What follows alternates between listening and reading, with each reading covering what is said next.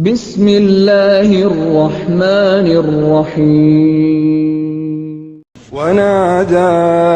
أصحاب الجنة أصحاب النار أن قد وجدنا ما وعدنا ربنا حقا فهل وجدتم ما وعد ربكم حقا قالوا نعم